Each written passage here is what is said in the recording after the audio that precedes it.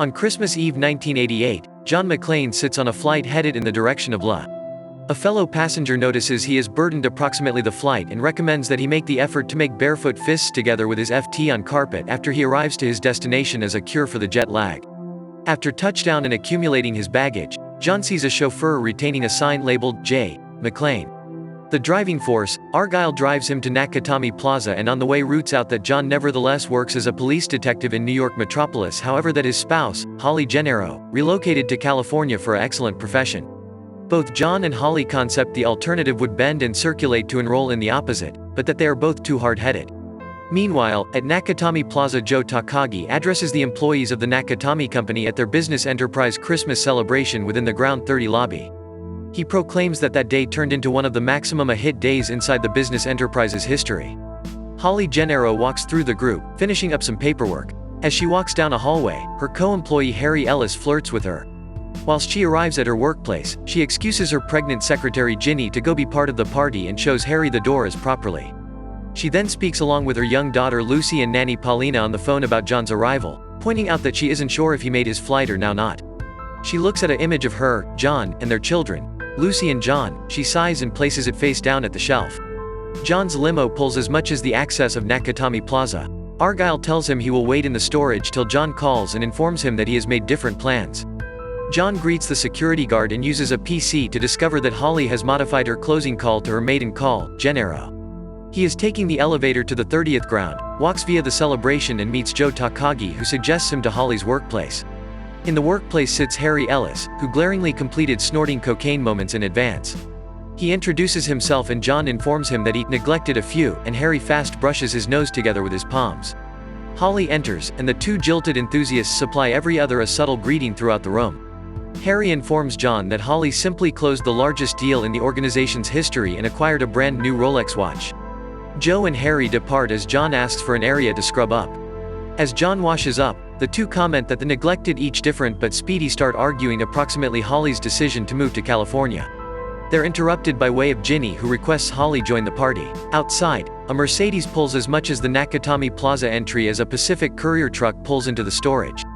Carl Vresky and Theo method the Nakatomi security shield one at his table whilst Theo talks approximately basketball nonchalantly, and Carl shoots the protect inside the brow. Theo hops over the table and starts the usage of a computer to close off all of the elevators inside the building except one, as well as sealing all of the exists to the storage and the constructing. Carl uses a flash grenade and his silent pistol to take out the opposite security protect. Within the garage, Hans Gruber and the relaxation of the group of terrorists exit from the back of the courier truck. Hans seals the front door even as Eddie puts on the shield's jacket and mounts the desk. Tony Vresky makes his way to the cell phone junction bins and starts patching into the system. He barely finishes patching in before his brother Carl makes use of a series notice to cut via all the smartphone cords to prevent any calls from leaving the constructing. Meanwhile, a barefoot John is making fists together with his FT and is surprised it is operating to cure his jet lag. He calls Argyle, however, as reduce off by Carl's slicing of the phone strains. Hans and a number of his henchmen arrive through elevator to the Christmas birthday party and start faring at the ceiling to seize all of us's interest. John hears the gunshots and is capable of sneak out of the office into the stairwell together with his police-issued handgun. He almost enters the 35th floor, however notices other henchmen wheeling Gadget via the hallway. He keeps as much as ground 32, which is below production, where he tries to gather his thoughts and consider a way to alert authorities. Inside the lobby, Hans informs the Nakatomi organization employees that he goes to teach the organization a lesson on the real use of power, because their corporation has a legacy of greed. He calls out for Joe Takagi, but Holly tells Joe to stand again. He steps forward after Hans lists numerous unique facts approximately his life. Hans greets him and the two take the elevator to floor 34. Inside the boardroom, Theo asks Takagi for the CEO each day key code and encryption range. Takagi insists that he would not have them, and even if he did they couldn't scouse borrow any facts that could harm the company. Hans corrects him that they are not after statistics, but the $640 million in bearer bonds in the company's vault. John McClane enters from the stairwell and overhears the interrogation of Takagi. Hans offers Takagi to the count of 3 to give him the codes, however he refuses. Hans shoots him within the head, orders Tony to remove the frame and Theo to start hacking into the vault. John makes a noise as he escapes from the room, but the terrorists do not find him and disregard the noise. In the storage, Argyle listens to loud song within the limo, "Speak Me to a Lady" on the smartphone. Heinrich, Marco, and Uli paintings in a room complete of the building's heating and cooling equipment. They wire the room with what appears to be explosives. Theo and Hans stroll to the vault while Theo explains the vault's 7 layers of security. He stresses that he can complete the first 6, but that the 7th lock, an electromagnetic gadget, cannot be reduced locally.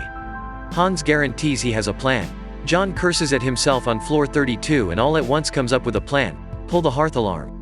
Eddie informs Hans of the alarm, and Hans orders him to call 911 to disable the alarm and flip off the gadget. John celebrates the approaching hearth trucks, however gets angry after they flip off their sirens and flip around. Tony enters the room and John hides. He searches for John within the labyrinth of the construction. The fight, crashing through drywall and aluminum beams and stumble down a stairwell. Tony dies inside the fall. Within the vault, Theo bypasses the primary stage of safety and starts the usage of a drill to proceed the heist. John takes Tony's radio, lighter, and Heckler & Koch MP5 gadget gun. He then closes up Tony's body on a chair in the elevator and sends it right down to the Christmas birthday party. Hans frightens the birthday celebration by way of telling them that Mr. Takagi has been killed, but is interrupted by way of the appearance of Tony's frame. He is angered by way of the message on Tony's sweatshirt: "Now I've a gadget gun. Ho ho ho." Riding on pinnacle of the elevator, John listens to the terrorists and takes notes on his arm. He rides the elevator to the pinnacle floor and sneaks out to the roof. In the meantime, Hans tells Carl that Tony, which enrages Carl, and that he desires vengeance. Hans tells him that he will get it, however, after Heinrich and Theo completed their jobs. McClane arrives on the roof and uses the CV radio to name out on frequency 9, but is chided with the aid of the 911 operator. He yells at her to ship help, however Carl and others begin shooting at him, prompting him to prevent. The operator comes to a decision to ship a sole officer to investigate. Al Powell gets the call at the same time as buying Twinkies for his pregnant wife. At the roof, John evades the gunfire and makes his manner right into a dead-stop closet with a huge airflow fan. He blocks the fan together with his gun, climbs through, and evades the terrorists back to floor 35. Nonetheless pursued, he is cornered within the elevator shaft and ought to climb down the airflow shaft to floor 34. He uses his device gun and it is strapped to climb down the airflow shaft, however the strap slips loose from the gun and he falls more than one flooring. He manages to seize himself on a ledge and climb right into a horizontal vent. He makes use of the lighter to peer within the vent, however Carl sees the light and follows him to ground 31. Carl shoots on the ducts and begins urgent them, checking for body weight, however is known as away earlier than he reveals John. McClane exits the shaft and watches as Al enters the constructing and is fooled by way of Eddie disguised as a protection protect. John tries to interrupt the window with a chair but is spotted from the roof with the aid of James. He radios Marco and Heinrich and they ran to forestall him. Marco appears to give up, however John shoots Heinrich when he runs in.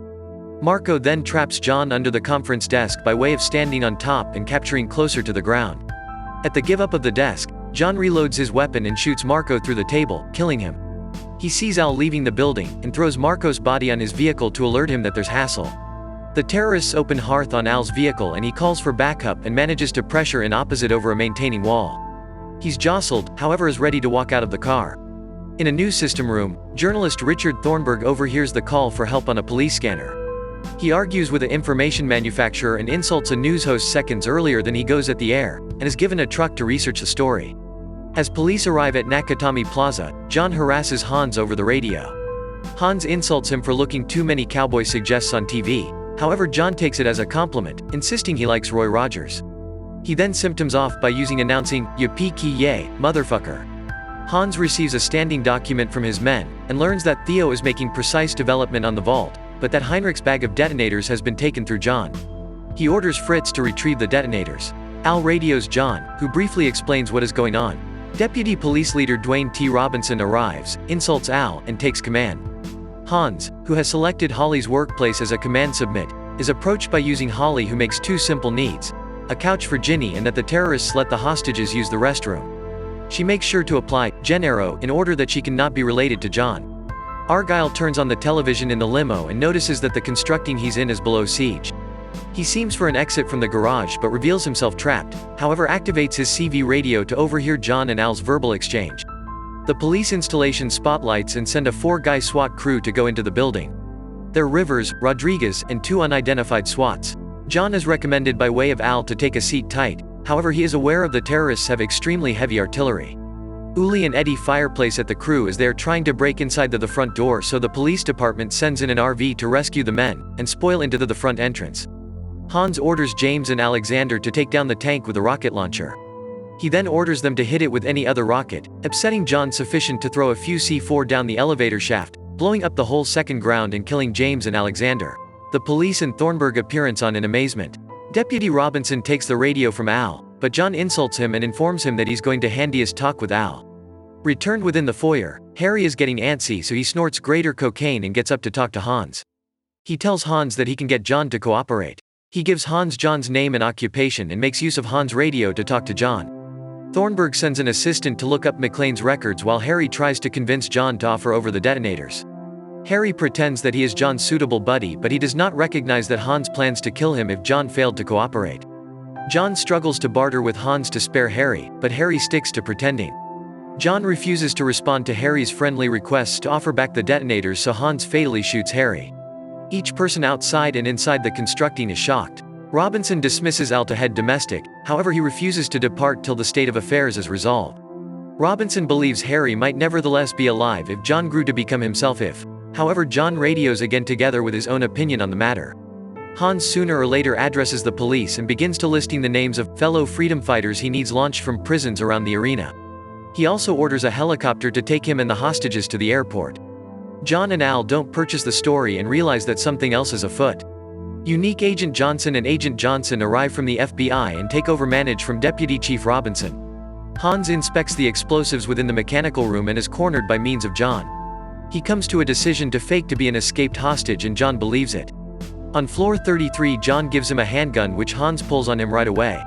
John attempts to get him to expose his plan, however Hans pulls the trigger as opposed to spoiling his plot. The gun become by no means loaded, but before John can arrest or shoot Hans, the elevator arrives with Carl, Franco and Fritz. John manages to shoot Fritz and Franco, but runs out of bullets. Hans, understanding John is barefoot, has Carl shoot the glass partitions of the workplace John is trapped in. They use a flash grenade, however John has vanished by the point the smoke has cleared. However, he turned into pressured to depart the bag with the detonators. Hans offers Uli the detonators and Carl smashes a few decorations on the Christmas birthday celebration. Holly celebrates his anger, taking it as a sign that John is still alive. John slinks right into a bathroom with bloody feet which he begins to easy and bandage. Theo informs Hans that he has broken via the first 6 stages of the vault's protection and that he is ready for Hans to disengage the very last electromagnetic lock. Thornburg's assistant brings top information to Thornburg, telling him that she is aware of John McClane's records and his La address. As Al tries to preserve an injured John agency over the radio, Theo and Hans recognize that the FBI is making plans on slicing the energy to the building. Theo smiles, realizing that the electromagnetic lock will disengage while the strength is cut. Unique Agent Johnson instructs a power agency worker to turn off the power for a 10-block radius around Nakatomi. The FBI celebrates. Robinson issues that the mayor may be disenchanted approximately the reduced power. Al complains about the FBI's predictable conduct, and Hans and Theo have fun as the vault opens. John asks Al to inform his spouse goodbye need to something manifest to him, however Al tells him to drag through it. Thornburg arrives at Holly's house and threatens Paulina to allow him speak to the youngsters. John waddles again to the equipment room and reveals the big quantity of C4 wired to explode the roof. He radios Al, however is caught by means of Carl. Carl takes John's radio and gun, but John throws a punch and the two start to fistfight, agreeing that it's miles non-public for both of them. Hans watches a small TV and acknowledges the youngsters Thornburg is interviewing. He then selections up the face-down circle of relatives picture of the McClanes and processes Holly. He fires the gun into the air, orders all of the hostages to the roof, and takes Holly with him to the vault. She chastises him for being not anything but a criminal when she realizes he is truly robbing the vault. Carl holds the upper hand of the combat, however John manages to get in a few true hits. Carl is capable of get his arms on a gun, fires, and grazes John's shoulder as he escapes through a doorway. Carl follows but John receives the top hand, knocking the gun unfastened. The two maintain to struggle and throw punches up a staircase till John wraps some chains around Carl's neck, pushing him over the railing. He then pulls the alternative cease of the chain alongside a music, causing Carl's pudding frame to zip throughout the room and slam right into a wall. Carl hangs from the chain. 2 Navy helicopters technique Nakatomi Plaza. Unique Agent Johnson and Agent Johnson experience in one of them, commenting that they plan on ambushing the terrorists and they might be happy with a 25% hostage loss rate. Uli and Eddie usher all the hostages to the roof, and John shoots Uli as he chases the hostages, attempting to find Holly. Ginny tells John that Holly is with Hans. Trying to warn the helicopter now not to land and to get the hostages far from the explosives, John begins firing Uli's device gun in the air. The hostages backtrack into the building, but the FBI inside the chopper starts firing at John. He manages to make it to a slightly hidden side, and uses a hearth hose to rappel down the constructing. As he jumps, Eddie informs Hans that the hostages have lower back to the 30th ground in a panic, so Hans pushes the cause for the explosives. The explosion engulfs the FBI helicopter, killing both Agent Johnson's and anyone on board. The fireplace hose reel snaps from the wall and follows John off the roof. He manages to shoot through a window and land earlier than it falls, but after it passes his ground the burden of the reel starts to tug him out of the window. He manages to untie the hose in time. The helicopter falls and explodes the 30th and surrounding flooring, putting the lobby on fireplace. The elevator is stricken by the blast and blows out the wall of the 30th floor. John follows his wife's screams to the vault, wherein Hans is in a hurry to complete loading all of the bearer bonds. Along the manor he notices a mail cart with tape and other elements and discovers he only has bullets left. In the garage, Argyle notices Theo unloading an ambulance from the lower back of the courier truck. He rams the ambulance together with his limo, then rushes to the automobile and punches out Theo. As Christoph runs a stack of bonds down the hallway, John knocks him out. He slowly walks down the hallway towards Hans, Eddie, and Holly. Hans holds a gun to Holly's head and orders John to drop his weapon. Eddie picks up any other machine gun, but Hans instructs him now not to shoot. Hans mocks John for being a cowboy, and factors his gun in the direction of him. John holds his fingers in the back of his head and starts laughing, and Hans and Eddie be a part of it, understanding his state of affairs is futile. At that second, John grabs his handgun that's taped to his return, fires one shot at Eddie, killing him, and any other at Hans, hitting him in the shoulder. Hans falls out the window but manages to preserve onto Holly's new Rolex. Hans slowly ambitions his gun at Holly, however John manages to unclasp the watch, sending Hans plummeting to the floor. Inside the rubble out of doors, John meets Al and that they both hug and thank every other. Robinson processes and chews out McClane for the damage of the building. A now not pretty lifeless Carl arises to screams and targets a gun at John and Holly. All and sundry falls to the floor by means of Al, who fires his sidearm, killing Carl. Argyle rams his limo through the garage's gate, and John and Holly walk towards his limo. At the manor they are stopped by using Thornburg for an interview. Holly punches him within the face and the couple maintains to the limo, kissing as Argyle drives far from a broken and burning Nakatomi Plaza.